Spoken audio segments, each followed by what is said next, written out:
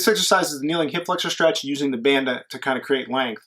We can do this with or without the band. The band, just by providing that little glide on the hip, that anterior glide of the hip, puts a little extra pressure through the joint, and it allows you to usually get a little more feedback through there, a little more stretch through there. And I do like this stretch with the band if you have that option. But at the end of the day, you do it with or without. We have a video with it being done without the band as well. But with the band, we're going to hook the band up so that it's pulling the hip from back to front. And then from there, the big keys are to make sure that you get your rib cage and back in a tight position.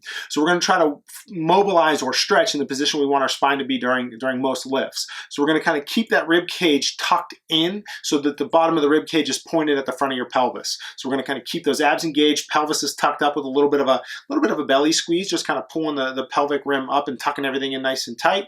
You also want to slide your hips in from the side in. So if I'm stretching my right leg, I'm going to give myself a little side glide to kind of tighten everything up that way.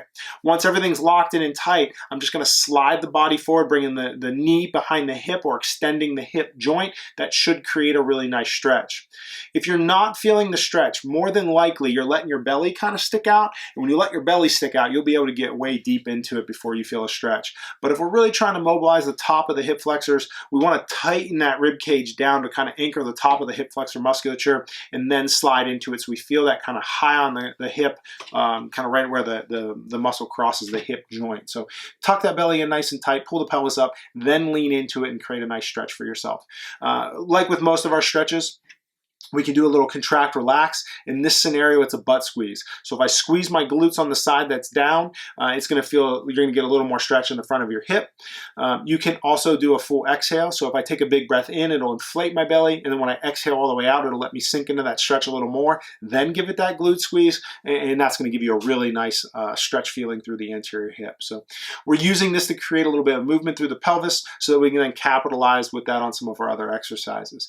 For most of us that spend a lot of time in sitting where the hip is in a bent or flexed position, taking it the other way is often a great stretch, and it will take a lot of pressure off your low back and pelvis for you. So this is one you want to definitely keep in the repertoire.